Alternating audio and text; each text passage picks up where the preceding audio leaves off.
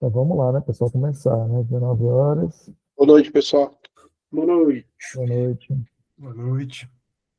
Só tirar o áudio aqui dessa outra, que tá dando aqui um eco para mim. Eu vi onde reduzir. Agora sim. Então vamos lá, pessoal. Vamos começar. Ah, qual é a ideia de hoje? A ideia de hoje é a gente finalizar o curso, né?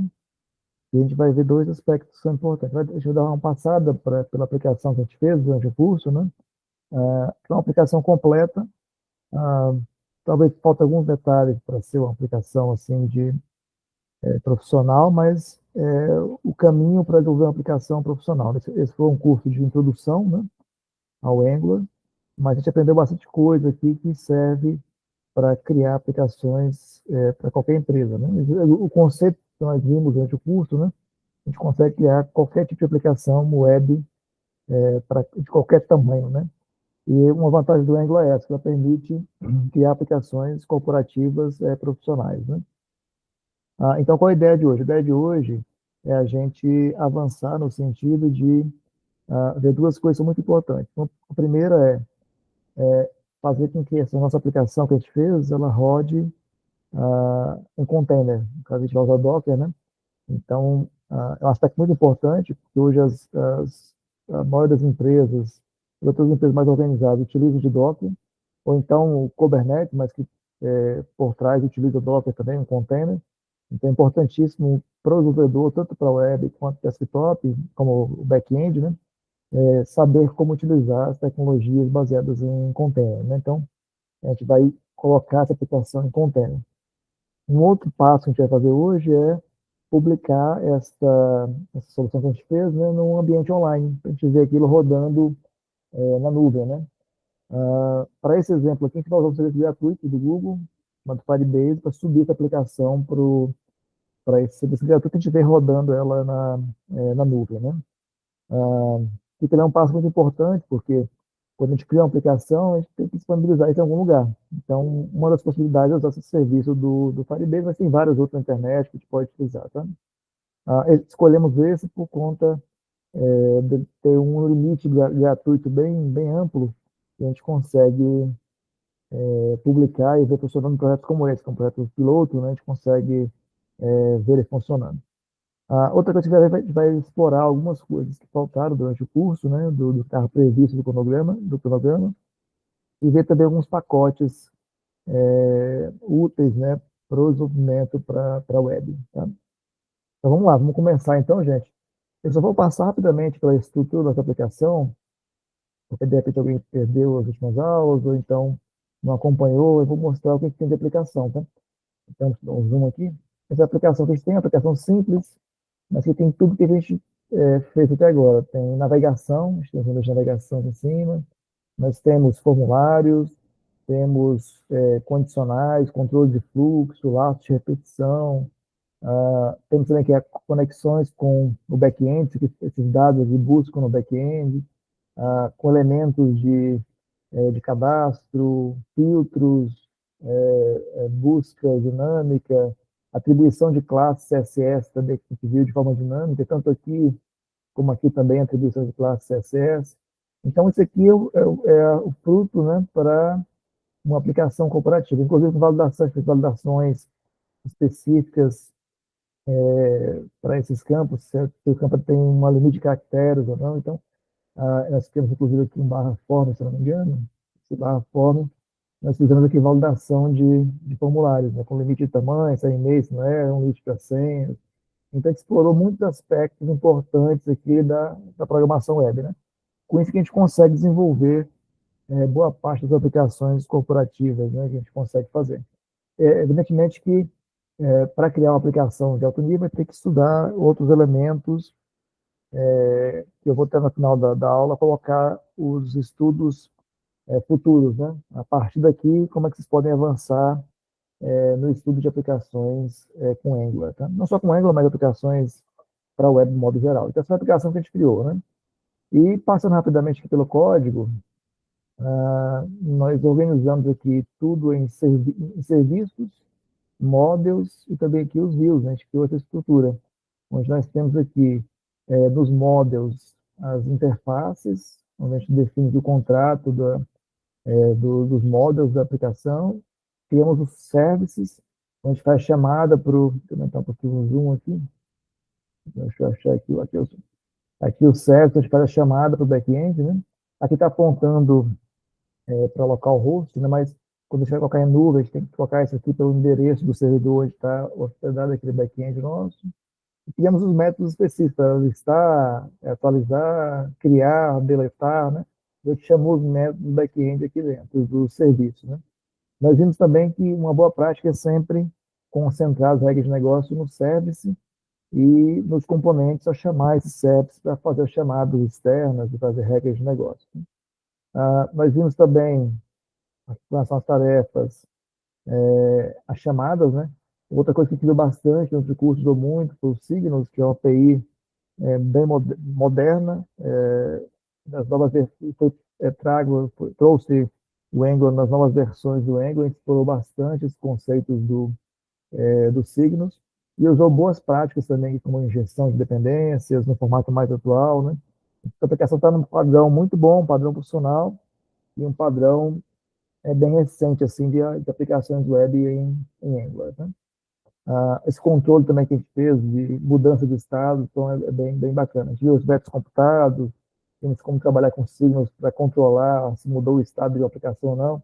Nós vemos também aqui os controles de fluxos dentro da aplicação, como por exemplo os laços de repetição, aqui com ng-for, com NGI para controlar. Então, viu bastante coisa, o curso não foi longo, mas viu bastante coisa assim, importante para o desenvolvimento de aplicações para a internet. Então, essa é a aplicação que nós temos.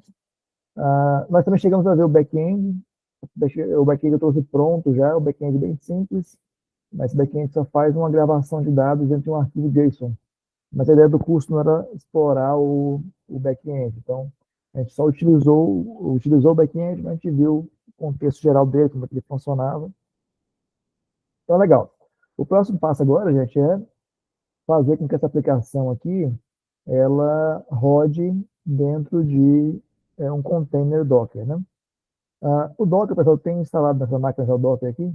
Esse aqui é a cara do Docker Desktop. Aqui a gente consegue ver nossas imagens, volumes, containers, né? Só para quem não conhece, pessoal, o Docker, ele permite criar e gerenciar containers, né? O container é uma forma de uma espécie de empacotar nossa aplicação e colocar tudo que a gente precisa daquela aplicação dentro de um mini sistema operacional. Não um sistema operacional completo, mas é como um mini sistema operacional. E lá dentro a gente coloca tudo que a gente precisa. Por exemplo, se a minha aplicação precisa do Node para funcionar, eu coloco dentro do container. Se ela precisa de um banco de dados, eu coloco dentro do container. E outra pessoa que for usar aquela aplicação, ele não precisa se preocupar em instalar na máquina as dependências. Ele somente roda o container e lá vai ter tudo prontinho para que aquela aplicação funcione, né? Isso é muito útil, porque às vezes a gente quer distribuir uma aplicação e vocês têm versão específica do Node. Quem trabalha, por exemplo, com Java, tem versão específica do Java, versão específica do Python. Então, para não ter que as pessoas que vão instalar aquela aplicação se preocupar com esses aspectos, podem criar container com tudo bem definido que precisa ter naquela imagem específica daquela aplicação e quem for rodar já consegue ver ela funcionando somente executando aquele container, né? Sem precisar se preocupar com a estrutura local, ok? Quem não conhece o Docker, pessoal, também não é o foco desse curso, mas quem não conhece, sugiro também estudar sobre Docker, né? Que é uma tecnologia que muitas empresas adotam e é um requisito assim padrão para quem desenvolve software, seja para web, seja para back-end, tem que conhecer a estrutura do Docker. Começar com Docker, mas também avançar para Kubernetes, também é uma tecnologia que muitas empresas utilizam. Tá? O Docker, pessoal, para instalá-lo, quem não tem na máquina, né, pode só procurar aqui no Google Docker Download, e aí vai ter um link do Docker aqui, aí tem opções de download para tudo que é operacional, Windows, Linux, Mac, né? Então pode baixar e instalar o Docker dentro da sua máquina, tá? Uma vez instalado o Docker Desktop, a gente tem essa ferramenta aqui, que é uma ferramenta visual, né, de interface gráfica, a gente consegue ver visualmente aqui os containers, imagens, volumes, né? Mas também tem linha de comandos. Pela linha de comandos a gente consegue também ver o que está sendo feito no Docker. Então, não necessariamente preciso ter aqui essa área de desktop, mas é mais fácil de visualizar por aqui do que pela linha de comando. Tá? Então, a ideia é a gente adicionar essa nossa aplicação como um container aqui do Docker, ok? O Docker, pessoal, para criar esse poder, como é que a gente faz? Normalmente, na raiz do nosso projeto, vou reduzir esses passos aqui. Aqui está nosso projeto, está aqui, está com o nome de aula 4, mas é a aula mais recente, né? Aqui na raiz desse projeto, eu vou criar um arquivo novo aqui. Esse arquivo novo, eu vou chamar ele de Dockerfile, ok? Dockerfile. Esse é o nome padrão. É Dockerfile com D maiúsculo, né? É o nome padrão quando eu quero que minha aplicação seja containerizada dentro de Docker. Tá? Então, a gente coloca sempre esse nome Dockerfile para o nome do arquivo, ok? E aqui dentro a gente vai dizer, pessoal, com a sintaxe do Docker, né? O que a gente quer para que essa aplicação funcione. Ou seja, quais são os requisitos, quais são as imagens que eu preciso utilizar para que essa aplicação funcione. Tá? É uma coisa importante. Para o Angular funcionar, nós vimos que precisa do Node. Né? Logo no começo do curso, instalou o Node. Então, para ter os comandos lá aqui do npm install, npm update, assim por diante, a gente precisa ter um Node. Então, um dos pré-requisitos para ter nossa aplicação Angular em Docker é ter um Node nessa máquina Docker, okay? Para a gente poder fazer os comandos lá de instalar e assim por diante. Tá? Além disso, nós precisamos fazer com que essa nossa aplicação fique disponível dentro de um endereço, ok? Quando a gente vem aqui na nossa aplicação e dá um npm start, a gente starta a aplicação, né? Só que ela fica startada dentro de um módulo aqui, dentro do próprio Angular, com o comando, esse npm start, se vocês observarem aqui no arquivo package, o que ele faz? Né? O npm start, ele vai chamar, não, esse aqui é do back-end, esse aqui de cima. Aqui. O npm start, o que ele faz? Ele dá um ng server, tá vendo? Esse ng nós vimos que é um comando, uma linha de comando do próprio Angular, né? Então, quando você coloca npm start para iniciar a aplicação Angular, ele chama esse comando ng server. Esse ng server, pessoal, eu até poderia usar ele para produção, para ter uma aplicação rodando para produção. Mas normalmente isso aqui é usado, gente, para um ambiente de desenvolvimento. Para o ambiente de produção, para ter aquela aplicação rodando, eu preciso de algum serviço web para esse fim. Então, pode ser qualquer serviço web, da Apache, por exemplo, né, ou lá o IS da Microsoft. Mas um serviço muito comum e muito leve para ser utilizado é o Nginx, né? Então, para esse contexto aqui do nosso container, a gente vai utilizar o Nginx, tá? Então, aí só lembrando, o Nginx, para quem não conhece também, tem um site dele aqui, Nginx, tá vendo? Esse Nginx, ele é um servidor web onde permite rodar qualquer tipo de aplicação web. Então, a gente vai utilizar ele para rodar a nossa aplicação em Angular, só que dentro do container, ok? Antes de fazer aqui o Dockerfile, pessoal, vamos ver uma coisa importante aqui, que eu não mostrei para vocês ainda. Aqui no nosso package.json, tem aqui um comando aqui no script chamado build, tá vendo? Build. Se eu colocar bem aqui no nosso terminal, npm run, e chamar esse script build aqui, esse build está vinculado a esse ng build, tá vendo? Se eu chamar esse comando aqui, pressionar enter, olha o que vai acontecer. Vai começar a fazer o build. Se a gente observar, gente, olha o que aconteceu. Ele criou bem aqui na raiz do nosso projeto uma pasta chamada dist, tá vendo? Uma pasta dist aqui. Tem uma subpasta chamada aula 4, que é o nome do nosso arquivo, do nosso projeto. E tem uma subpasta chamada browser. E aqui nessa pasta browser, nós temos aqui, gente, vários arquivos, sobretudo arquivos HTML e arquivos JavaScript. Então, o que é que esse build faz? Esse build, ele converte tudo que nós fizemos no Angular em uma página HTML e JavaScript. Nada além disso, só HTML e JavaScript. E que tem outras coisas, né? Tem imagem, tem outras coisas que a aplicação usa, imagem, CSS, né? Mas tem o ICNO, por exemplo, aqui, tem os CSS do Bootstrap que a gente usou nessa aplicação. Mas esse npm, esse build aqui, ele vai gerar uma aplicação para a gente em HTML e CSS, HTML e JavaScript, ok? Uma aplicação como qualquer browser roda. Então, essa aplicação aqui, qualquer browser roda. Não precisa ter, por exemplo, o Angular instalado na máquina. Então, para o contexto do Docker, a gente vai gerar essa estrutura aqui de uma página HTML básica a partir do que a gente fez no Angular. E depois o Nginx, que é um servidor web, vai executar esse arquivo index.html, que é um arquivo gerado a partir desse npm build, ok? Então esse é o fluxo que o nosso Docker tem que fazer. Ele tem que gerar essa pasta build, essa pasta dist, e depois o Nginx tem que rodar esse arquivo index.html.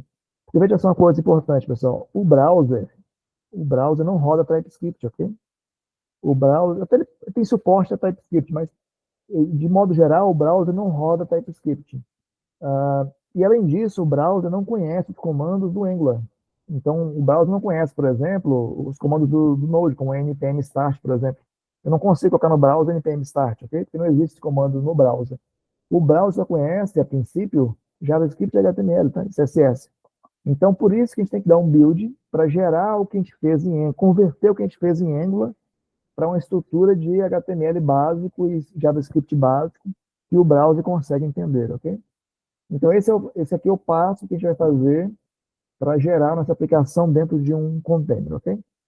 Então, qual a primeira coisa que a gente vai fazer aqui, gente? Nós vamos, primeiro, ter que dizer da onde essa aplicação vai encontrar o Node. Então, a gente coloca bem aqui. Essa estrutura de comando aqui é padrão do Docker, tá? Então, quando, de repente, quem não conhece a estrutura do Docker pode estudar com mais calma depois. Mas quando a gente quer vincular, definir uma imagem específica, a gente põe from aqui dentro do Dockerfile, tá? Então, a primeira coisa que eu quero fazer é definir o Node que eu quero usar para compilar minha aplicação. Então, a gente põe aqui Node, dois pontos, e depois a versão. Então, pode ser qualquer versão, mas como a gente está usando as versões mais novas, né, do Angular e do Node, vamos colocar a versão 22, que é a versão mais atual, e a versão LTS, se eu não me engano. Tá? Então, o que eu estou falando aqui? Eu quero usar uma imagem que existe do Node 22. Tá? Essas imagens aqui, gente, elas vão vir de um repositório do próprio Docker, esse Docker Hub aqui. Esse Docker Hub é um repositório de imagens do Docker. Então, se eu buscar aqui, ó, tem aqui uma imagem do Node, tá vendo?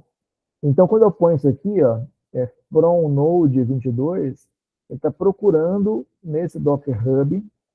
Se localmente, a gente pode também ter esses repositórios de imagem local dentro da empresa também, tá? Mas como eu não tenho um repositório local, você vai buscar nesse Docker Hub. Deve procurar aqui por esse Node. Então, você procura dentro desse repositório de imagens aonde está aquele Node e instala ele localmente onde for rodar esse Dockerfile, ok? Eu posso só colocar só assim, só o Node 22, tá? Mas tem uma versão do Node chamada Alpine.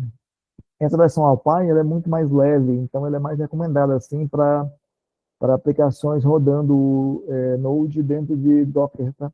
Porque ela é mais leve do que o Node, ele não é o Node completão, mas tem tudo que a gente precisa para rodar a aplicação em Angular. Então tem lá o build, tem o npm, tem as estruturas básicas do Node todas. Então, normalmente a gente usa a versão Alpine dentro do Node para ficar mais leve, né? Aquela imagem que a gente está compilando, tá? E aqui eu vou dizer também, vou dar um nome para ela, chamar de build, por exemplo. Então, para definir um nome que a gente vai usar mais na frente, esse nome aqui. Estou dando um apelido para essa imagem de build, ok? Legal, então a primeira coisa que você tem que fazer para criar um Dockerfile é definir qual a imagem eu quero utilizar aqui. Agora eu vou dizer, gente, qual é o workd, a pasta de trabalho. Eu posso ser qualquer pasta. Tá? Uma coisa importante, gente, quando eu coloco essa imagem aqui do Node, ele vai criar, vai ter uma máquina, como se fosse uma máquina mesmo, Linux, e essa máquina já vai vir com o Node instalado, ok? Então, quando eu ponho assim, o workd barra app, ele vai criar na raiz do nosso sistema operacional, lá dentro do container, vai criar essa pasta app para a gente. Tá? Legal, o que eu tenho que fazer agora, gente?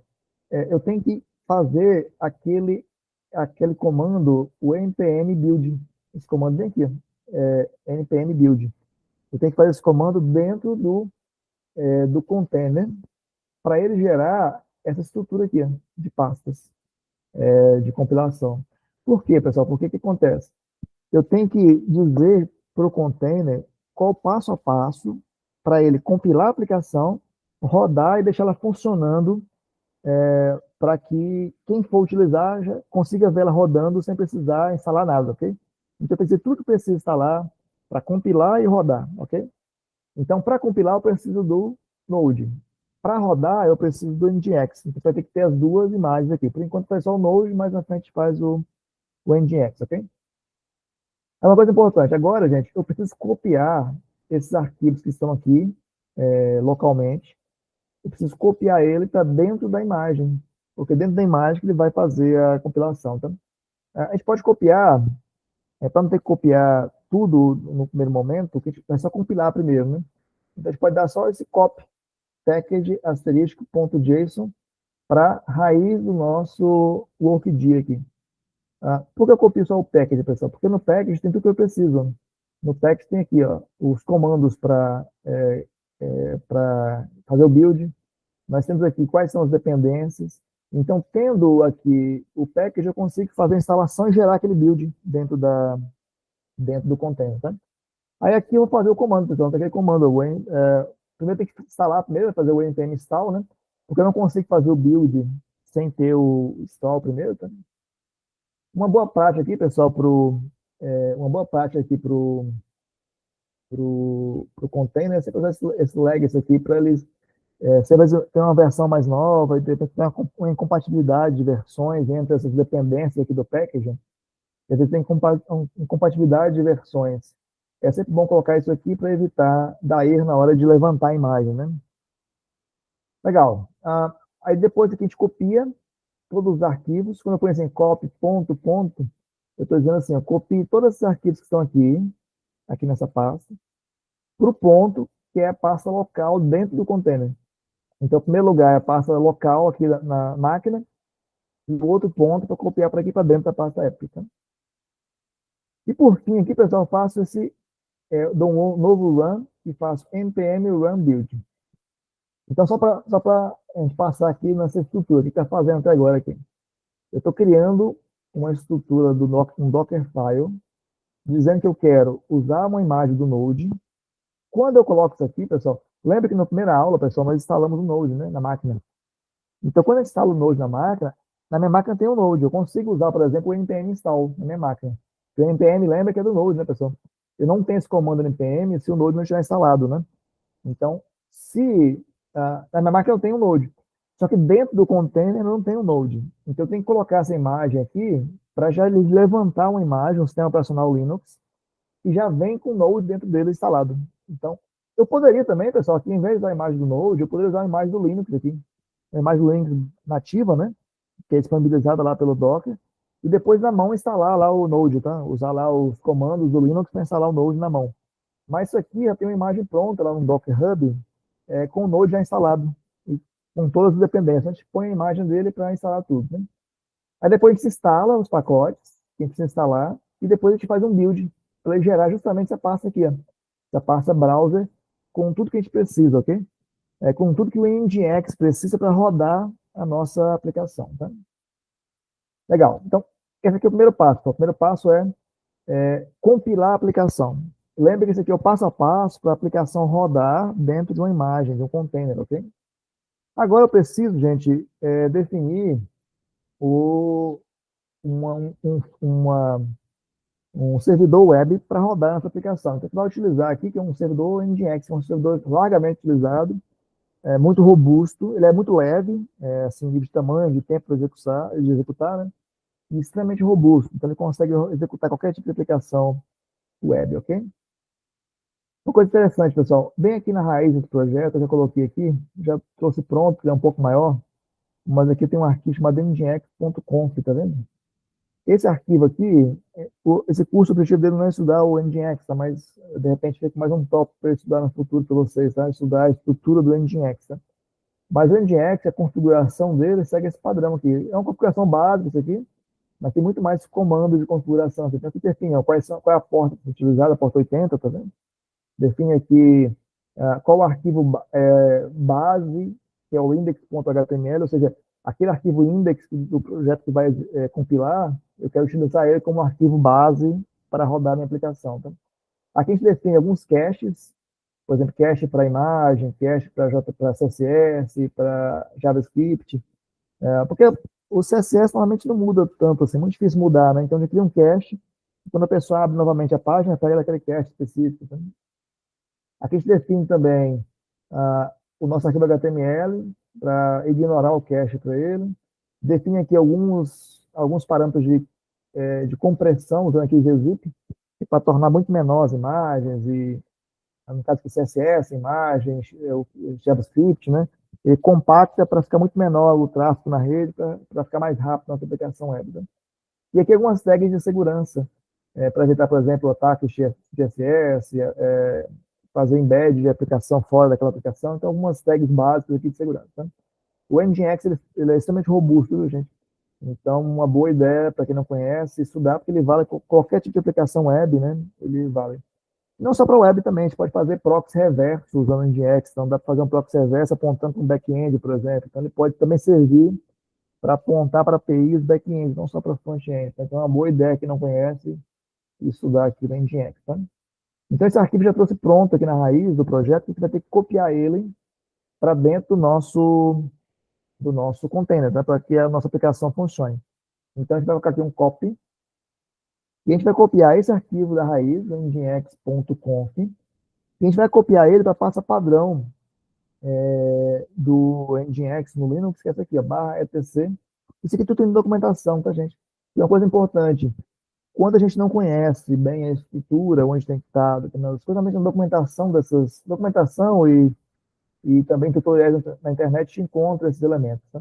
Então, o que eu estou fazendo aqui? Estou copiando esse arquivo nginx.conf, que está aqui na raiz do nosso projeto, para pasta e arquivo padrão, onde precisa ficar a configuração do Nginx no Linux. A gente está substituindo esse arquivo por esse local.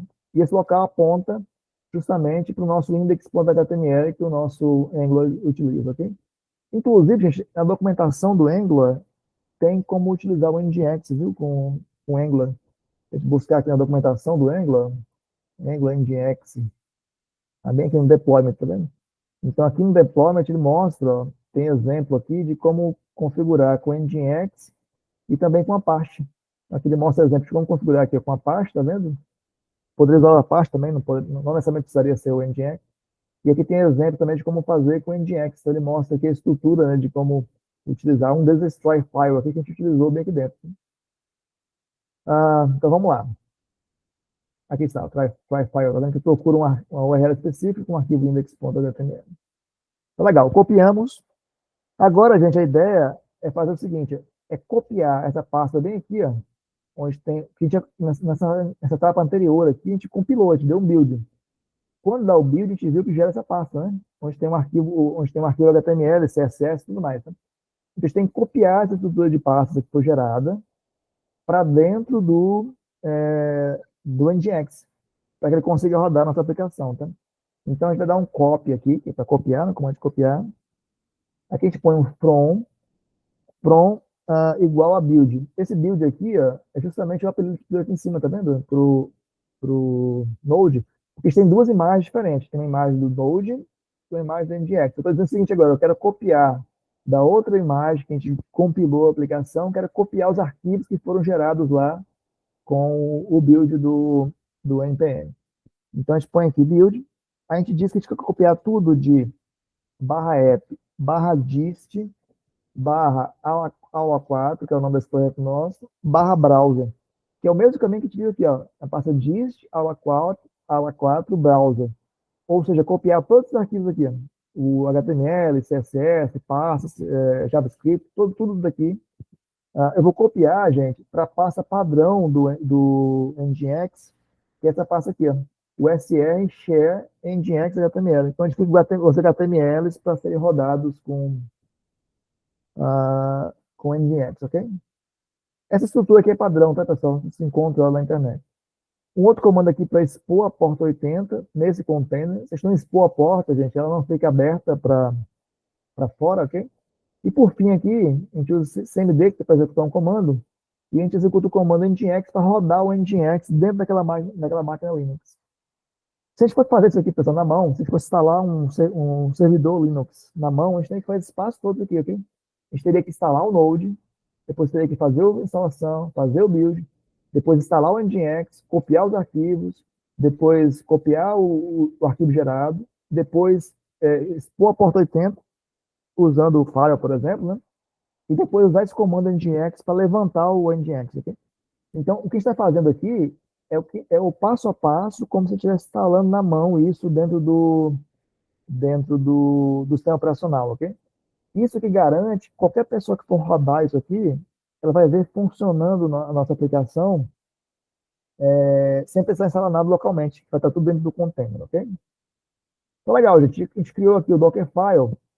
Com esse Dockerfile, gente, já estaria pronto aqui para rodar dentro do container, ok? Mas, para facilitar a vida, para não ter que rodar diretamente o Dockerfile, a gente pode criar um arquivo chamado Docker Composer. O Docker Composer para facilitar, que a gente não precisa chamar diretamente e executar um comando grande para rodar esse arquivo aqui. O Docker Composer é mais simplificado, tá? A gente vai criar aqui um novo arquivo aqui na raiz. Opa! Vai criar um novo arquivo aqui na raiz, chamado Docker, tracinho composer, ponto, YML. Esses arquivos YAML aqui, YML, chama de YAML, tá? Os arquivos YAML é o padrão para o Docker Composer. Você sempre usa arquivos no formato YAML, tá? Muitas tecnologias utilizam esse mesmo formato, então também é uma boa estudar, tá, os padrões de YAML, ok, gente? Então, aqui para o YAML, gente, a gente vai definir aqui a versão, vai ser uma das versões mais atuais aqui, 3.8. Aqui define certos. Esse aqui é o padrão, gente, para Docker Compose. Então, se a gente ver em qualquer documentação aqui de Docker Compose, vamos pegar aqui na documentação do próprio Docker Compose aqui. A gente vai ver aqui, gente, pegar aqui um exemplo. O padrão da aplicação, aqui não está carregando. Vamos achar uma aqui. Que o padrão, aqui está. O padrão da aplicação é assim, tá vendo? A gente define service e dentro dela, qual é o serviço que a gente quer rodar para aquela aplicação específica, tá? Então a gente põe aqui service. Aí que dentro dela a gente define o nome do nosso serviço. Vamos chamar aqui de, por exemplo, de Angular App, essa aplicação, ok? Concatenando aqui, né? Depois build. Aqui, build. E aqui a gente vai dizer, gente, algumas coisas. A gente vai dizer aonde está o nosso arquivo, esse arquivo que a gente criou, que é o Dockerfile, tá? Então a gente pega aqui context, e aqui no context a gente coloca aqui ponto. E o ponto representa a pasta atual, porque tanto o Docker Composer como o Dockerfile são na mesma pasta. Então a gente diz que o arquivo de contexto que eu quero usar está na mesma pasta do arquivo Docker Composer aqui, tá? E aqui a gente aponta para o nosso arquivo Dockerfile, tá, gente? Então está na raiz, e o nome dele é Dockerfile, que é o nome do nosso arquivo, ok? Esse aqui é padrão, tá, pessoal? A gente pode definir também aqui, de repente, um nome para o container. Daqui a pouco a gente vai ver isso aqui rodando, talvez fique mais fácil a gente ver isso na prática, tá? Eu vou chamar de curso Angular, o nome do container, tá? A gente pode definir também as portas que a gente quer mapear. Vamos mapear aqui, gente, para a porta, o que eu vou dizer aqui, ó? Eu vou colocar aqui 42.00.2.80. Porque veja só, o nosso Nginx, ele roda na porta 80, tá vendo? Então, estou dizendo o seguinte aqui, ó, eu quero que o que está no container na porta 80 seja mapeado para a porta 42.00 da minha máquina local. Então, se da minha máquina local, quando eu acessar a 42.00, eu quero que ele aponte para a porta 80 dentro do container, ok? Que está rodando o Nginx. Então, legal, pessoal, isso aqui é o suficiente para rodar a nossa aplicação dentro de um container, tá? Basta de criar o arquivo Dockerfile com a estrutura tanto das imagens para Node como para Nginx e o nosso Docker Composer apontando para o nosso arquivo Dockerfile, ok? E fazendo o mapeamento das portas. Agora basta te executar, tá, gente? A nossa aplicação aqui, ó, ela não está rodando, tá vendo? Eu parei ela. Antes estava rodando assim, ó. Quando eu coloquei npm start, ó, ela está rodando aqui na porta 42.00. Se eu abrir essa porta, ó, vamos abrir aqui no browser. Ela está rodando aqui na porta 42.00. Se eu abrir essa porta, ela vai estar rodando aqui na porta 42.00. Se eu abrir essa porta, ela vai estar rodando aqui na porta 42.00. Se eu abrir essa porta, ela vai estar rodando aqui na porta 42.00. ela está rodando dentro do Angular, né? Então eu vou abrir ela no browser aqui, gente. Se eu abrir no browser, ela funciona, tá vendo? Ela está rodando no Angular, né? Agora eu vou dar um Ctrl C para parar aqui a aplicação. Pronto, tá, parei, não está rodando mais. Se eu for no browser agora e der um F5 aqui, ó, tá vendo que a aplicação não está rodando, tá vendo? Ou seja, a porta 4200 não tem nada. Então, como não está rodando, agora a gente vai subir essa aplicação em Docker e ver se essa porta responde. Tem que responder, né? Porque ela vai estar rodando, mas não localmente, e sim dentro do container, ok? Então, para subir, gente, essa aplicação, aqui na nossa linha de comando, a gente põe assim, ó, Docker Compose app. Para subir, você pega esse arquivo Docker Compose aqui, da raiz, e sobe ele, tá?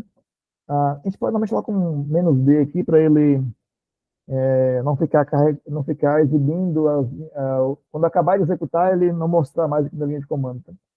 Esses comandos aqui, pessoal, são tanto essa estrutura do Docker Compose, como a estrutura do Dockerfile, como esses comandos Docker Compose App, e o comando padrão da tecnologia Docker. Tá?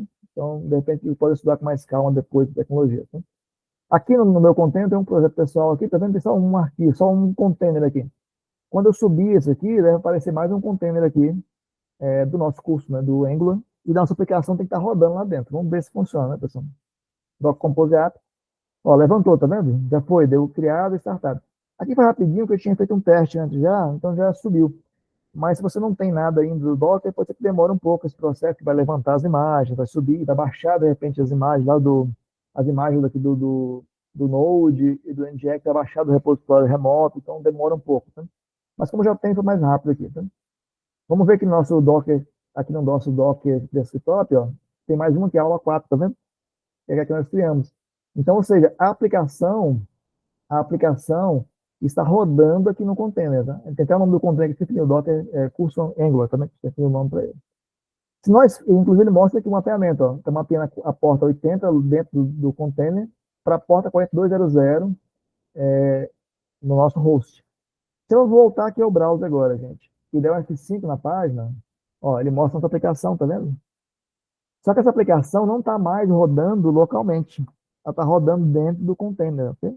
Então, ou seja, qual a vantagem disso aqui, gente?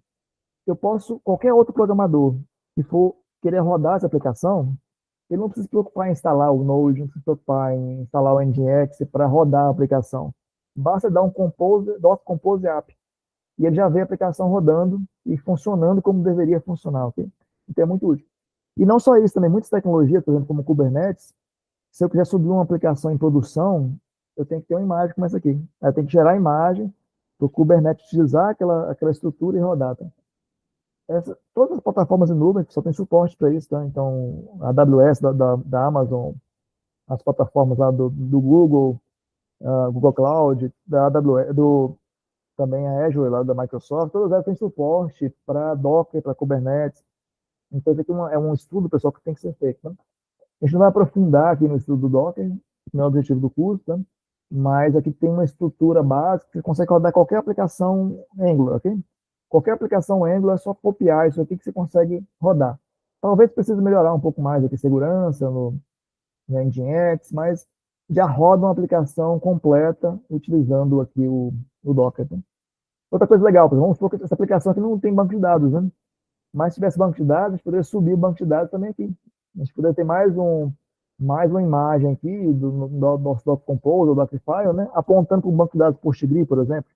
A gente poderia, junto com a imagem, junto com o nosso container, subir um banco também. Aí qualquer pessoa que fosse levantar essa aplicação também teria o banco funcionando sem precisar instalar na máquina, né? Isso era dentro do container. Tem que observar, pessoal, o container, na verdade, é um sistema operacional, tá? Ele é um Linux. A gente abrir aqui, ó, na nossa linha de comando, aqui no exec, ele é um Linux, tá vendo? E ele tem aqui, ó, aquelas pastas que a gente criou. Por exemplo, tem a pasta app aqui, tá vendo? Cadê a pasta app? Aqui na raiz, ó. Tem que observar aqui, ó. Aqui também na raiz. Mas, eu sei, tá aqui um outro lugar. Mas tem aqui, ó, a estrutura toda. Isso é home que tá, essa estrutura. Ó. Mas é um sistema operacional Linux aqui, gente, com a estrutura, toda a estrutura necessária para rodar a nossa aplicação, ok? Legal. Então, o Docker já foi, pessoal. Funciona bem. Qual a ideia agora, gente? A ideia agora é subir essa aplicação nossa para um ambiente de nuvem. Tá? Então, a gente vai ver isso funcionando, e só foi rodando até agora, nós só vimos a aplicação rodando assim localmente, localhost, né? Mas na vida real, a gente tem que disponibilizar a aplicação em algum lugar na internet para que as pessoas utilizem. Então, agora, a ideia agora é subir essa aplicação, gente, para um ambiente de nuvem, tá? Nós vamos usar aqui para esse fim, pessoal, o Firebase, tá? O Firebase ele é uma solução do Google. Alguns recursos são pagos, tá? Outros são gratuitos. Alguns são gratuitos com certo limite, mas tem muitos produtos, aqui tem muitos produtos, tem, por exemplo, de fazer analytics, tem banco de dados também não relacional, né? Ah, tem estrutura aqui de executar funções na nuvem para fazer um teste back-end, serverless na internet, né? Tem aqui storage para guardar arquivos também, né? Inclusive tem alguns limites gratuitos, né? Então, por exemplo, para guardar arquivos, eu tenho até 5 gigas gratuito, né? Então, para um projeto que está começando, que não tem assim, um grande número de usuários executando, o Firebase consegue rodar isso sem custo nenhum, né? Agora, se aumentar muito, né, não tem jeito, tem que pagar, né? Vai ter que usar isso tudo, tem que pagar. Mas não vamos usar esse serviço aqui, gente, nós vamos usar esse serviço chamado hosting do Firebase. Esse hosting serve para hospedar nossas aplicações web. Então, a gente consegue hospedar a aplicação em Angular usando esse host aqui, tá? Aí tem aquele limite de 10 GB, tá vendo? Aí tem também os limites de transferência de dados por dia, por exemplo, por dia aqui, até 360 megas por dia de transferência, o custo é zero, né? Então dá para testar, a gente consegue usar essa ferramenta. Talvez se ela escalar, a gente não consegue, mas para subir uma aplicação e testar, ele funciona, tá? Então o que a gente vai fazer? A gente vai, aqui no do Firebase, nós vamos quem não tiver cadastro pode ter um cadastro, usando a conta do Gmail mesmo, você cria um cadastro aqui dentro, né? Um cadastro gratuito. E nós vamos aqui, gente, dentro, já tenho meu cadastro aqui, né? Eu vou ficar aqui, ó, criar novo projeto Firebase. Criar novo projeto Firebase, a gente subir nossa aplicação, tá? Aqui a gente coloca o nome do projeto, tá? Vamos chamar aqui de curso Angular. Aqui dá um nome, inclusive isso aqui vai ser o nome vou chamar só de Angular para ficar menorzinho o nome depois, tá? Angular é o nome, dá um código aqui que vai ser o endereço nosso que a gente vai utilizar depois. Tá? Então, a gente cria o projeto. Aqui, isso aqui pode deixar marcado, vou desmarcar para ficar mais rápido a criação, mas se quer ativar o Gemini, né, para ter IA dentro da solução. Aqui, se quer ativar o Analytics, eu vou tirar também para ficar mais rápido a criação, mas como projeto de vocês pode ativar para você ter a visão do Analytics, quando você acessar a aplicação, quando não acessar. Tá? Então, criou o projeto, é simples, né? Criou o projeto. Eu vou criar aqui o projeto, esperar ele acabar de criar, tá? Enquanto ele cria, pessoal, eu vou ter que agora, para subir essa aplicação para a nuvem, eu vou ter que vincular esse projeto aqui, aquela conta, aquele projeto que eu acabei de criar, tá? Para fazer isso, eu vou precisar, gente, de um pacote que o Firebase disponibiliza para fazer esse trabalho de forma mais rápida, tá? Então, tem um pacote chamado, o nome dele é Firebase Tools.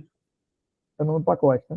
Então a gente tem que instalar esse pacote para que a gente consiga usar os recursos dele. Então a gente põe assim, ó, npm install "-g" e Firebase Tools, tá? Esse "-g" a gente não utilizou antes. Se a gente colocar só assim, ó, sem "-g", ele vai instalar esse Firebase Tools aqui no nosso projeto. Quando eu ponho esse "-g", esse "-g" o G de global. Então, ele vai instalar esse Firebase Tools global para qualquer projeto, tá? Então basta colocar npm install "-g Firebase Tools". Na documentação, pessoal do Firebase, tem essas instruções, tá? Então, se a gente, esse aqui não trouxe do nada, tá? Então, Firebase Tools, se a gente procurar na documentação do Firebase, tem essas instruções de como instalar o Firebase, inclusive. Tá? Então, vai ter em algum lugar aqui tem, tá vendo? Como instalar, tá vendo? Aqui tem as instruções aqui de como instalar o Firebase, tá? Então, a gente põe npm install "-g Firebase Tools, para instalar esse Firebase, tá? Legal. Depois que instalar, gente, vamos ver se criou o projeto aqui. Enquanto está instalando aqui. Ó, o projeto foi criado, tá vendo? Criou o projeto Angular. Então, esse projeto aqui está prontinho, tá vendo? A gente tem toda a estrutura, tem toda a estrutura aqui para executar qualquer tipo de aplicação, inclusive com banco de dados, com autenticação. A gente pode fazer autenticação, inclusive, por aqui, com autenticação com e-mail, com telefone e tudo mais. Tá? A gente vai usar isso aqui, ó, hosting. Então, esse host a gente vai utilizar, tá? Legal. Inclusive, quando vem host, dá instrução, tá vendo? Olha a instrução que dá. Ó. Instale o Firebase, que a gente já fez isso, né? Depois da próxima instrução, ó. A próxima instrução é, faça o login com o Firebase. Para fazer o login, você põe Firebase e login. Então, aqui já instalou, tá vendo? O próximo passo é assim, é Firebase login. Eu não vou executar, porque eu já fiz o login com a minha conta, mas quando você aperta Firebase login, ele vai apontar para o browser para você logar com o mesmo e-mail que você logou para criar a sua conta. Tá? Então, o próximo passo aqui é Firebase login. Tá? O próximo passo que eu dar aqui é usar o Firebase int, que é para iniciar o Firebase dentro do nosso projeto. Então, a gente põe aqui Firebase int. E eu vou colocar aqui hosting, que é para ele configurar somente o host aqui. Quando eu posiciono Firebase int, ele pergunta se eu quero usar outro serviço como banco de dados, autenticação e tudo mais. Eu vou colocar Firebase int hosting, para pegar somente a opção de hosting para essa nossa aplicação. Tá? Vou apertar Enter aqui. Aí ele faz algumas perguntas. Você quer criar um projeto novo ou quer usar um projeto existente? A gente acabou de criar um projeto lá, então a gente vai usar aqui, usar o projeto existente. Pressionar Enter. Aí ele vai listar meus projetos aqui, gente. A gente vai pegar esse Angular que a gente acabou de criar, né? Aí tem vários projetos aqui, a gente vai pegar esse primeiro Angular, pressionar Enter. Aí ele pergunta aqui, gente, qual é a pasta aonde está o HTML que eu quero rodar na nuvem. Olha só, o HTML que a gente quer rodar na nuvem está bem aqui, gente. Ó. Quando eu compilo, ele está na pasta dist aula 4 browser, tá vendo? Essa é a pasta onde está o arquivo HTML que o host precisa procurar para rodar nossa aplicação. Tá? Então a gente põe aqui, dist barra aula 4 barra browser. Aqui está a aula 4 porque o nome do projeto aqui é aula 4, mas se o seu projeto de vocês for, sei lá, clientes, produto e tal, então vai ser o nome do projeto para a hora da compilação que vai ficar aqui nesse caminho da pasta, ok? Legal. Aqui a gente coloca, vamos colocar aqui sim. Aqui pergunta se quer colocar, por exemplo, o deploy com GitHub. Aqui não, a gente não vai usar repositório aqui nesse projeto. Aí ele fala que já existe o index nessa pasta, né? Aí ele pergunta se quer substituir. O cara que não quer substituir. A gente quer usar justamente esse index que a gente criou mesmo no nosso projeto. Né? Pronto, gente, então basta isso. Então o passo para usar é sempre esse, tá, gente? Instalar o Firebase Tools, fazer o login, depois usar o init para vincular o Firebase a esse projeto. Quando eu usei esse init aqui, ele criou dois arquivos aqui. Ó. Ele criou o arquivo firebase.json, que tem a estrutura de caminhos que eu vou precisar, e esse ponto Firebase, alguma coisa aqui, que ele tem o código do nosso projeto também. Ele tem que criar automaticamente, a gente não se preocupar com isso, ele cria automaticamente. Agora, pessoal, para colocar isso na nuvem, para ver isso funcionando na internet, basta dar um Firebase aqui, Firebase deploy, que é para subir isso aqui que a gente tem localmente para aquele nosso projeto no Firebase. Ele vai subir tudo que a gente criou localmente para o Firebase. Pronto, subiu, gente. E esse aqui, pessoal, é o endereço, tá vendo? É o endereço que está em nuvem. Se a gente abrir esse endereço aqui, ó, abrir esse endereço no browser aqui, deixa eu copiar ele aqui, gente. Se eu pegar esse endereço e abrir aqui no browser, olha lá, nossa aplicação que a gente criou localmente está na internet. Está no endereço assim, diferentão, a Angular, tracinho, alguma coisa, mas eu poderia vincular um domínio meu, www.paulorocha.com.br, poderia vincular a esse endereço e relacionar, e abrir a mesma parte que criou. Então tem aqui usuários, que a gente criou, tem os detalhes, tem aqui a classe CSS, tudo que a gente fez localmente está funcionando. Menos aqui, né, pessoal, tarefas, porque o tarefa tem um back-end, né? Então ele abre, mas não mostra a lista, porque não tem back-end aqui, né? Aí, ou seja, a gente teria que subir o back-end para algum serviço em nuvem também, e naquele arquivo, bem aqui no nosso arquivo de serviço, bem aqui, ó, ao invés aqui de localhost, teria que apontar para esse endereço em nuvem também do back-end, tá? Então, nossa aplicação toda funciona, só não funciona a listagem do back-end, que o back-end não está na nuvem ainda, tá? Mas esse é outra coisa, né? Mas o front-end está totalmente funcional e na nuvem, tá? Deixa eu até passar para vocês aqui esse endereço, vocês podem abrir aí, inclusive, tá? Deixa eu pegar aqui o endereço deles, para eu digitar aqui, que eu estou em outra máquina, assim. Vou digitar aqui no chat, tá? Angular, tracinho, depois tem 98B, depois 7D.web.app. Esse endereço vão conseguir abrir aí, tá? Se vocês acessarem aí, vocês vão ver essa aplicação que a gente criou rodando na nuvem, tá? Então tentem abrir lá, ver se funciona aí. Tem que funcionar, tá? Ou seja, qualquer lugar você consegue abrir agora, tá? Ah, então aqui no Firebase, se a gente voltar aqui em hosting, aqui no nosso projeto no Firebase, ele vai mostrar aqui ó, que a aplicação está rodando, tá vendo? Aí ele mostra aqui, tem dois endereços aqui. Ah, inclusive tem a opção aqui ó, de adicionar um domínio personalizado, tá vendo? Então se você tiver um domínio www alguma coisa, né? www.paulorocha.com.br. Você pode adicionar esse domínio aqui. Só que tem que adicionar lá nos registros, tem que adicionar os registros lá, tem que adicionar para que o endereço saiba que esse aqui é um domínio válido seu, né?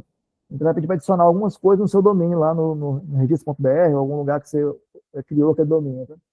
Mas você vincularia um domínio seu a esse endereço. Aí, quando está seu domínio, www, alguma coisa, ele apontaria também para essa página que a gente criou aqui. Tá? Então, a página está em nuvem, tá, gente?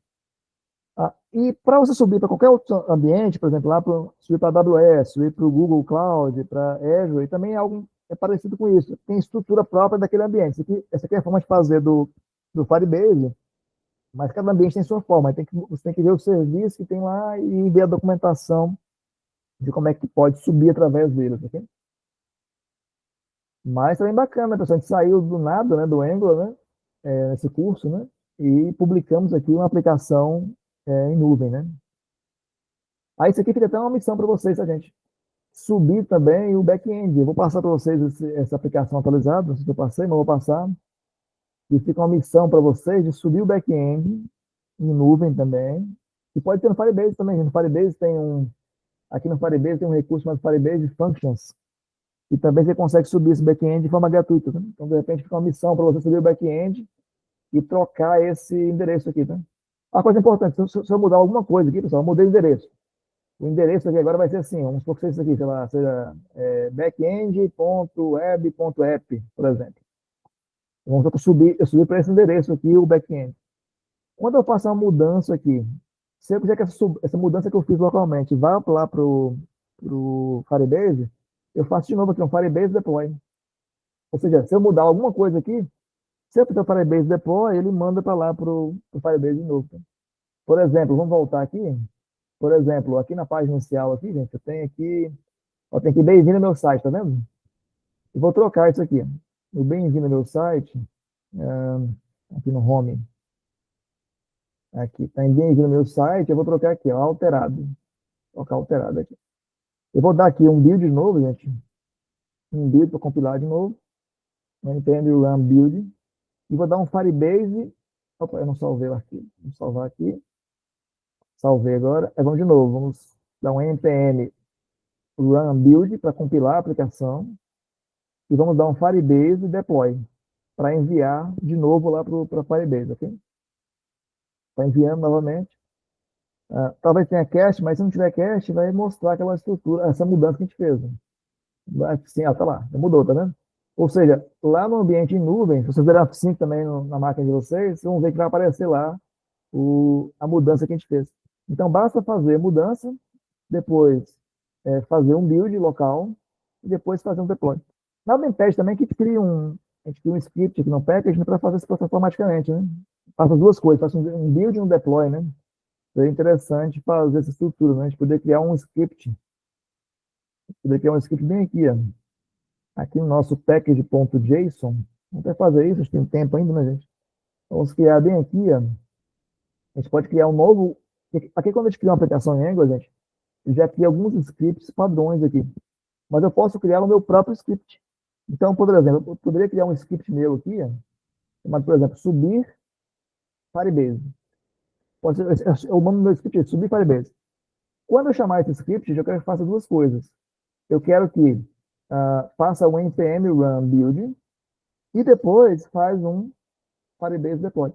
Ou seja, aqueles dois comandos que a gente executou manualmente, esse script subir Firebase faz as duas coisas ao mesmo tempo. Vamos testar ele, vamos mudar aqui, ó. Vamos chamar aqui de alterado novamente. Vamos fazer outra mudança, alterado novamente. E agora, ao invés de chamar as duas coisas, eu vou só chamar aqui, ó, npm run subir Firebase. Então, sempre que eu quero rodar um script desses aqui, eu ponho npm run e o nome do script, ok? Por isso que a gente usou npm run build, não foi? Porque o npm run para executar um desses scripts aqui. Se a gente pressionar enter agora, vai fazer as duas coisas, vai compilar primeiro, vai fazer o npm build, e depois está fazendo ó, o Firebase deploy, faz as duas coisas. Agora, se a gente voltar lá no nosso site e der F5, está lá, alterado novamente, tá vendo? Então, ou seja, ele fez as duas coisas, né? Ele compilou e enviou, né? Bacana, tá ficando legal essa aplicação, né, gente? Legal, pessoal. Tá? Fizemos o que a gente tinha que fazer, criamos o Docker e subimos em nuvem, tá? Tem algumas outras coisinhas que eu quero mostrar, pessoal, para a gente finalizar esse curso, tá? Algumas coisas são pacotes que são úteis, tá? Antes disso, pessoal, alguém tem alguma pergunta? Não? Discutir até agora? Bacana. Se não tiver, a gente avança aqui. Vamos ver alguns pacotes só que são úteis para aplicações corporativas, tá? Normalmente se usa bastante. A gente vai abrir aqui o NPM. Acho que eu já cheguei a mostrar para esse site do NPM, npmjs.com. Esse site do NPM é onde eu encontro os pacotes, né, para Node, né? Acho que eu mostrei para vocês no começo do curso esse pacote, né? Então, nós temos aqui, qualquer tipo de pacote que você quiser encontrar, você vai encontrar aqui, tá? Aí tem alguns pacotes que eu quero mostrar para vocês que são úteis, tá? Para aplicações comparativas, tá? Tem um chamado ngSelect, esse bem aqui, ó. Esse pacote ngSelect. Eu uso bastante esse pacote, ele é bem robusto e ele serve, pessoal, para criar selects mais robustos, como esses aqui, ó. Fazer selects assim que eu consiga, por exemplo, ó, deixar desmarcado alguns itens, select com tags assim, ó. Então eu consigo, eu tenho um select, eu consigo selecionar vários ao mesmo tempo, posso excluir. Isso aqui para fazer na mão dá um trabalho danado para criar. E o Bootstrap também não tem isso aqui. Tem um select Bootstrap, ele existe um select bem mais simples. Eu consigo somente selecionar itens. Eu não consigo ter esse select mais robusto, por exemplo, com tags, com marcação de mais de um, com definição de cores, né? Eu consigo fazer isso manualmente, mas é muito trabalho. Então é mais fácil usar uma dessas ferramentas que já estão prontas. Então, ó, tem uma série de exemplos aqui, tá vendo, de variações desse componente. Tá? Então, esse componente aqui é muito útil, esse ngSelect. E aqui na documentação, sempre quando você tem um pacote que você quer usar no seu projeto, gente, duas coisas que eu olho sempre. É aqui, ó, como está sendo mantido, porque o pacote não é mantido, esse tipo é mantido constantemente, porque há 15 dias atrás lançaram uma versão, tá vendo? Então, se um pacote não for mantido, sei lá, um pacote tem 2 anos sem atualização, não é uma boa se utilizar, porque exatamente já está algumas coisas que ele usa tá já em desuso, ou então tem falha de segurança, né? Então, sempre opte por pacote que tem atualização constante. E também tem muita utilização, por exemplo, aqui ó, tem 400 mil, quase 500 mil downloads por semana, tá vendo? Então, esse aqui é largamente utilizado, esse pacote. Então, que olha esses aspectos, ele tem atualização constante e simplesmente usa. Então, quer dizer que a chance de ser robusto e ser útil é maior, né? Mas no pacote, sempre tem as instruções, a documentação, tá vendo? Então, aqui tem toda a documentação de como usar, para usar, ó. Faça o npm install para utilizar, para instalá-lo. Depois ele mostra onde incluir ele no projeto, ó. Ele mostra que tem que fazer o import, ele mostra que tem que importar o CSS. Então, na documentação dos pacotes, você encontra normalmente as instruções de como utilizar os pacotes. Olha como usar ele no HTML, tá vendo? No HTML a gente usa assim, ó. A gente põe em ngSelect passando os dados que a gente quer utilizar dentro dele, tá vendo? Então, aqui tem toda a instrução. Então, por exemplo, aqui, ngSelect, passando como itens uma variável que tem uma lista de itens. Por exemplo, uma lista de tarefas. Ali mostraria um select com uma lista de tarefas. Né?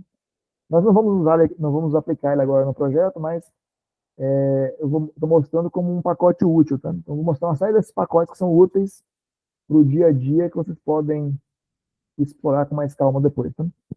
Tem outro que é muito útil também, que eu uso bastante, esse aqui, gente, esse pacote aqui. Esse bem aqui, ó, ng de toast R. Esse aqui para exibição, gente, desses alertas, assim, que é muito útil, muito bacana também. Esses alertas assim, ó, deixa eu mostrar um aqui, ó. Esses alertas aqui em cima, tá vendo? As caixinhas verde, vermelha. Ó, deixa eu mostrar um com uma cor diferente aqui para info. Olha lá. Aí tem aqui azulzinho, tá vendo? Warning. Aí ele fica um alaranjado, erro.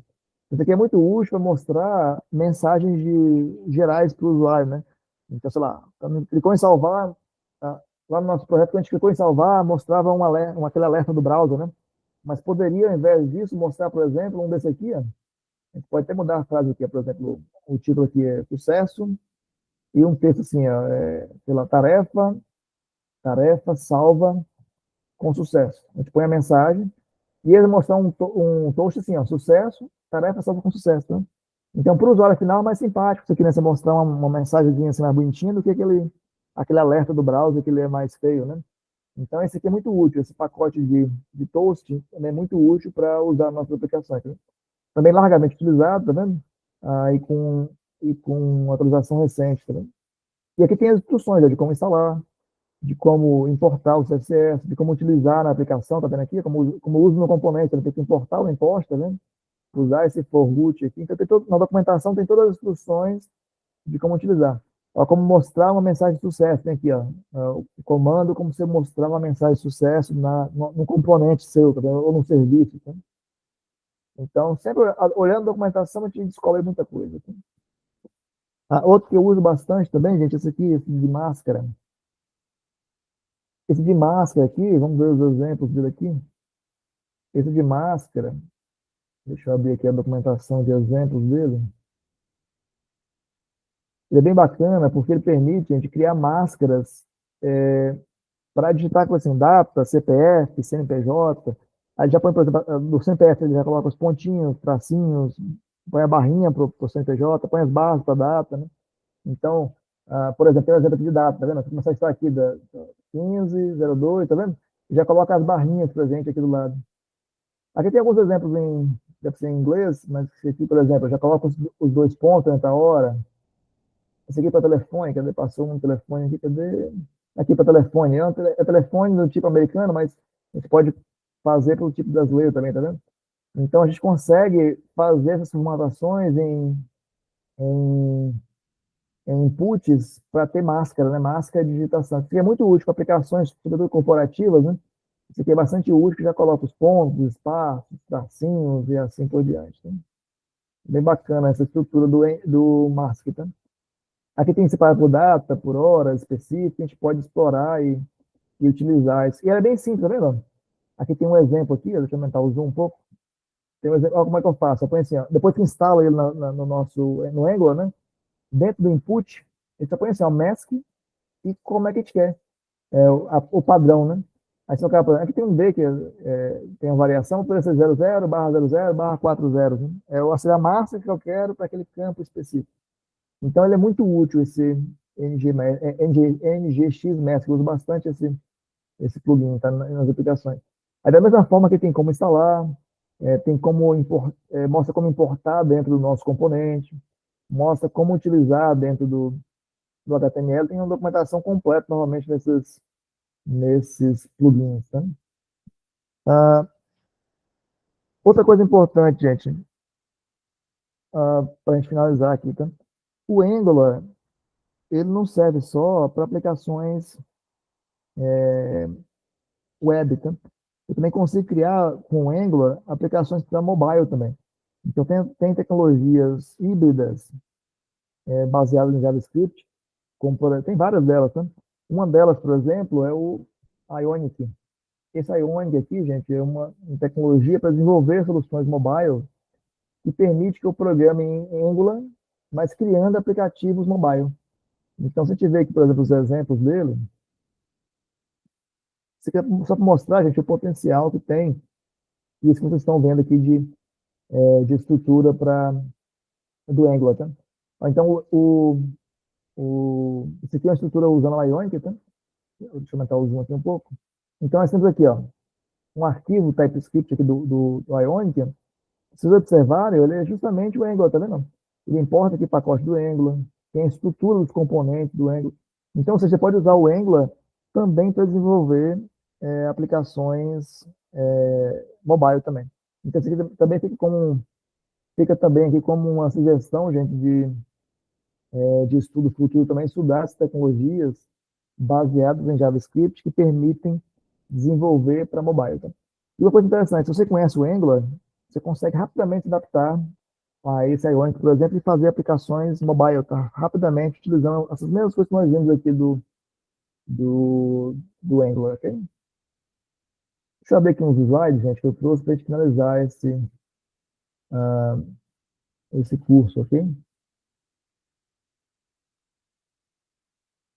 Ok. Então, o que nós vimos, pessoal, aqui nesse curso, para a gente finalizar? Nós vimos aqui muitas coisas do Angular 20, né? Já lançaram, pessoal, recentemente o Angular 21. Então, depois pode dar uma olhada nas novidades do Angular 21. Tá? Então, a gente viu o que tem mais de moderno. Foi uma introdução, né? Nós vimos aspectos iniciais da tecnologia, tem que avançar ainda, mas a gente viu o que tem mais moderno e que as grandes empresas utilizam. Tá? Então, se você for no Google, por exemplo, eles vão usar essas mesmas coisas que a gente está usando aqui. Inclusive, o Google usa massivamente o Angular, né? Porque o Angular é mantido pelo Google. Então, muitas soluções que o Google disponibiliza é feita em Angular, né? Então, a gente usou o que tem mais de moderno, assim, a nível de estrutura para Angular. Tá? Nós exploramos também, gente, fortemente os signals, né? A API dos signals. Tem que avançar ainda no estudo delas. Né? Tem uma coisa que eu não mostrei, pessoal, que eu vou mostrar rapidamente aqui, para finalizar. Tem uma coisa que eu não mostrei, deixa eu até parar aqui esse container para te rodar localmente essa aplicação aqui. Tem algo que eu não mostrei, que eu gostaria de mostrar para a gente não deixar pendente. Tá? Deixa eu rodar localmente a aplicação. Nós vimos aqui, deixa eu até abrir aqui nosso arquivo de tarefas aqui. Nós criamos aqui nessas tarefas ó, vários signos, tá vendo? Vários signos aqui. Nós vimos nas primeiras aulas como fazer aqueles campos calculados. Não sei se você lembra, aqueles computers. A gente criou lá na outra aula uns campos do tipo computer. Mas também tem uma outra estrutura chamada effect, pessoal. Esse effect é muito interessante. Eu vou passar muito superficialmente nele, mas depois vocês podem estudar com mais calma, tá? Então, esse effect aqui, ele faz parte, esse comando effect, ele faz parte da estrutura da API de signos do Angular, tá? Então, esse effect, para que ele serve? Vou passar rapidamente aqui com esse exemplo aqui. Ó. Eu fiz assim, um effect e mandei dar um console.log mostrando tarefas filtradas.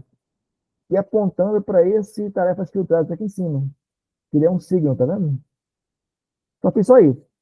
Se eu abrir, pessoal, opa, tem algum erro aqui.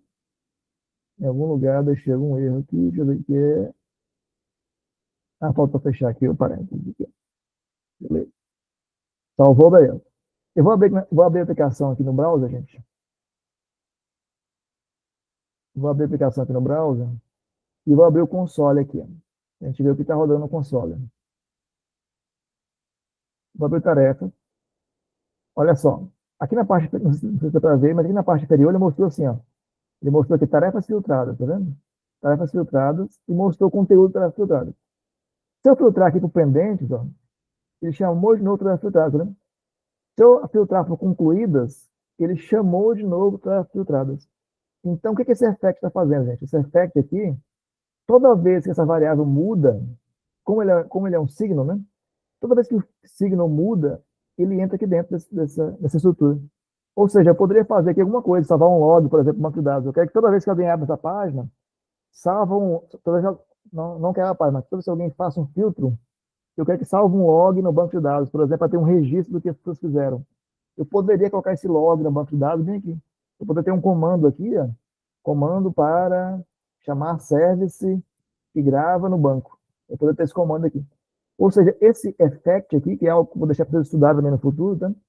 Ele é uma estrutura muito robusta do Angular, das versões mais recentes do Angular, que ele permite reagir a mudanças.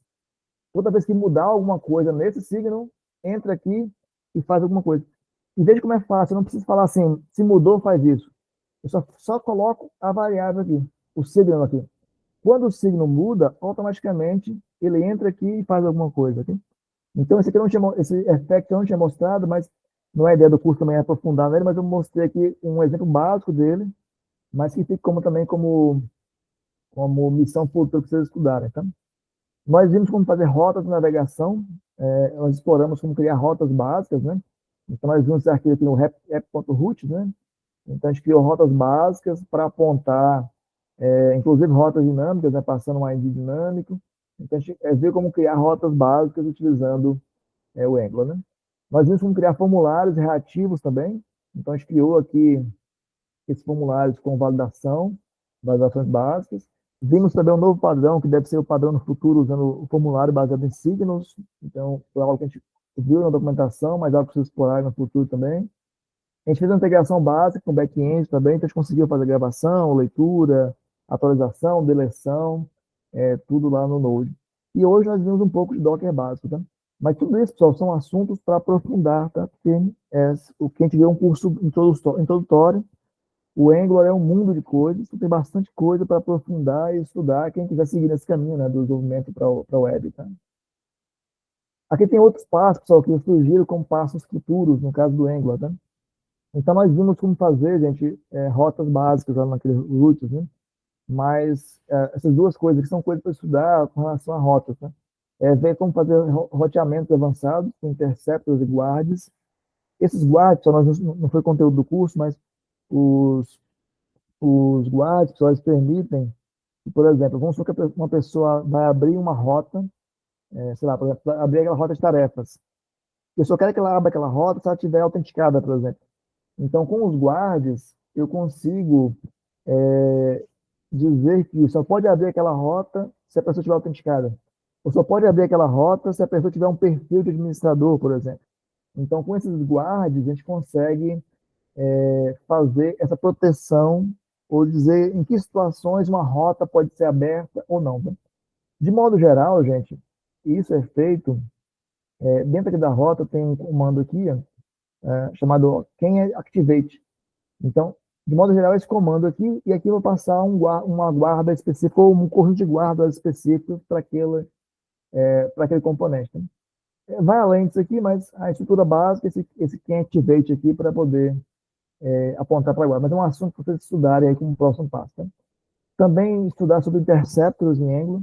Interceptors normalmente é para quando abrir uma rota específica, ou então chamar. Vamos supor, por exemplo, gente, que nesses métodos bem aqui, ó, nós criamos nosso serviço. Aqui no nosso set, a gente criou vários métodos para consultar o back-end, né, para adicionar no back-end, para fazer atualização, deleção. Vamos supor que, quando chamasse esses endpoints do back-end, eu precisasse mandar junto com esses endpoints as credenciais do usuário, por exemplo, para saber quem é o usuário que está realizando essa operação. Então, para fazer isso, a gente usa interceptors.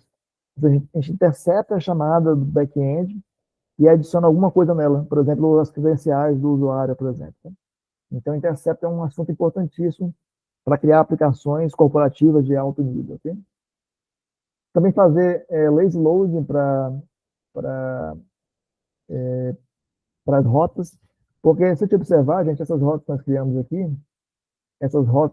aqui, elas são todas carregadas no momento que a aplicação é levantada. Mas vamos supor que eu quero carregar somente a página inicial e as demais eu quero levantar ela quando o usuário abrir de fato, para ficar a aplicação mais leve, né? Então, isso se chama de lazy loading. Então, algo importante para estudar é esse lazy loading de roteamento. É algo importante para aprofundar, tá? Também aprofundar o estudo de signos. O signos é um mundo de coisas e está em constante evolução. A cada versão nova que lança do Angular está aprimorando mais signos. Então, ele é o futuro assim, do Angular, essa biblioteca, essa API de signos. Então, aprofundar o estudo dos signos, que ele é muito robusto e qualquer controle de estado você consegue fazer com ele. Tem também esse NGRX, que eu acho até que eu cheguei a comentar com vocês. Esse NGRX é um pacote também de gestão de estados e algumas aplicações de grande porte utilizam ele para controlar o estado. Eu utilizo também ele usa também os signos por trás, mas ele torna a estrutura de signos mais robusta.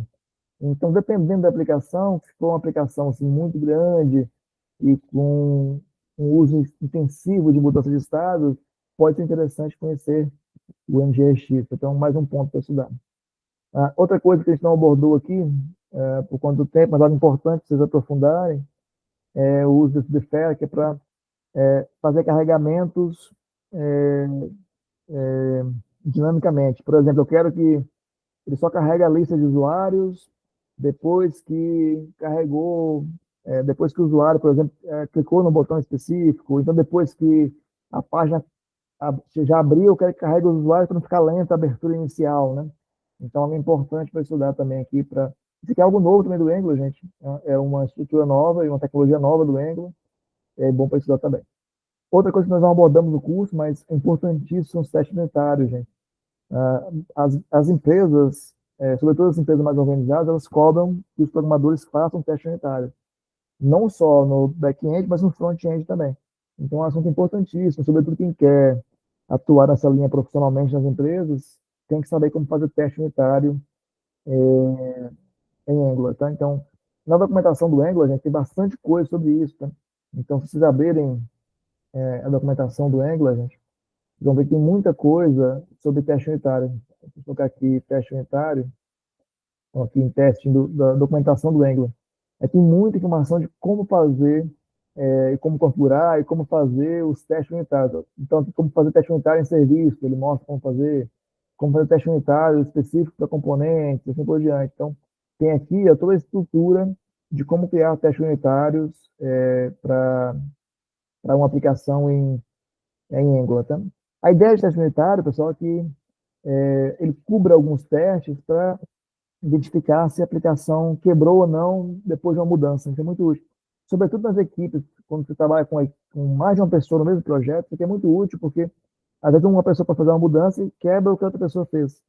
E muitas vezes o teste unitário pega essa quebra de funcionalidade, já descobre sem precisar rodar a aplicação, que é muito útil. Esse Cypress, pessoal, também é interessante estudar, que ele é para fazer testes automatizados. Inclusive, esse Cypress, você consegue testar a interface. Esse teste unitário aqui, para testar, é código, tá? Mas com esse Cypress, você consegue testar a interface, inclusive. Então, poderia criar um teste de interface que ele automaticamente abriria. Ele abriria aqui a página, depois abriria tarefas, cadastraria uma tarefa, depois removeria a tarefa para testar se funciona ou não o fluxo, né? Então, com esse Cypress, você consegue fazer testes assim, a nível inclusive de interface. Ele faz o fluxo da interface para ver se funciona ou não. Então, isso aqui é muito útil também. Tá? Outra coisa, pessoal, é também útil como estudo futuro de vocês, é estudar aqui integração contínua, entrega contínua em algum repositório, por exemplo, tanto o GitLab como o GitHub, tem essa tecnologia de entrega contínua. Tá? Então, isso aqui é muito útil. E as empresas normalmente cobram que o programador faça os pipelines para automatizar algumas coisas da aplicação. Por exemplo, nós usamos aqui, gente, os comandos para subir a aplicação para o Firebase, né? Usamos o run, depois o deploy para subir. Só que isso foi localmente, dentro do nosso projeto, né? Mas, usando o CI/CD, eu consigo fazer um pipeline e quando eu subir isso para o repositório e de repente definir lá uma tag específica ou uma branch específica, ele já faz aquele comando para mim de compilar e subir. Então, o trabalho de compilar e subir não seria mais localmente, e sim dentro do repositório, que é uma boa prática, inclusive. Tá? Então, é uma boa sugestão para vocês de estudar esse aspecto de integração contínua. Vamos ver aqui eu abri aqui o browser. Quem não conhece, vamos ver no GitLab aqui, uma imagem de um pipeline. Você nunca trabalhou com isso? Ele é algo assim, gente. Deixa eu aumentar aqui a tela. Dá para ver aí. Opa, deixa eu abrir aqui essa imagem. Eu consigo achar ela aqui. Aqui. Olha, então isso aqui é um pipeline, gente. Ou seja, isso aqui é o GitLab, quando eu subir essa aplicação para o repositório, ele faz todo o processo de build da aplicação. Aí que a gente fez manualmente fazer o build, subir, né? Ele faz o build, executa os testes, faz uma coisa aqui de deploy, e depois sobe aquilo para produção. Então, isso aqui seria como se fosse fazer o build, depois testar, depois fazer o deploy, depois subir lá com aquele Firebase e deploy para mandar lá para a produção. Tá? E aqui a gente poderia ter vários ambientes, por exemplo, eu quero que quando suba, manda, por exemplo, para o ambiente de desenvolvimento, que é um endereço. Depois manda para o ambiente de produção, que é outro endereço. Tá? Então é uma boa ideia, pessoal, quem puder, quem quiser seguir nessa linha, estudar a integração contínua.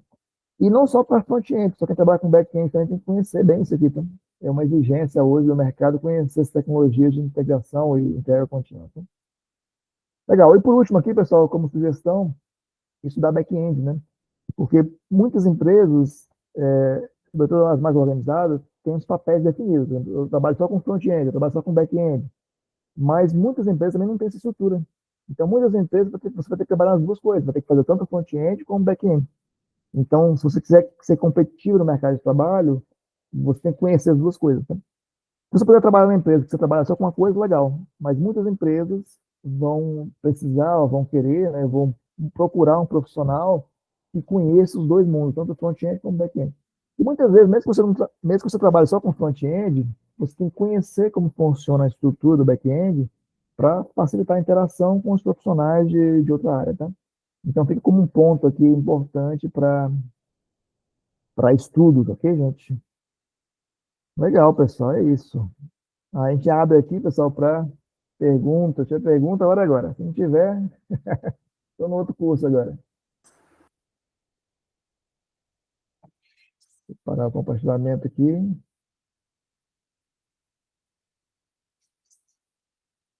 Legal, gente?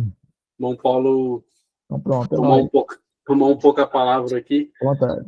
Cara, curso nota 10, assim, eu quero agradecer muito aí essa disponibilidade que você teve aí para passar isso aqui para a gente, né? O nosso projeto aqui é pequeno, já teve alguns cursos e tal, tem gente aqui que já é recorrente de outros cursos, então, assim, dessa vez a gente conseguiu você aqui para poder dar esse curso aqui, e, cara, nota 10 mesmo, e espero que todo mundo aproveite, né? E continue estudando aí, cara. Valeu mesmo. Muito obrigado, viu? É nóis. A gente fica à disposição. Qualquer coisa, é só falar. Isso aí, Paulo. Também queria agradecer, cara, o tempo. A gente que é estudante de programação sabe o trabalho que dá montar um curso desse, cara. E, de qualquer forma, você tem que praticamente voltar a estudar para poder, né? Então, a gente imagina o trabalho que é, cara. Te agradeço demais a disponibilidade e o tempo, né, cara? Porque o tempo é valioso, né? É Então, de nóis, é nóis. coração, obrigado, cara. É nóis. Valeu, gente. Obrigado, viu? Um abraço. Falou! Valeu, Paulo. Isso aí, seu querido. Obrigado você também.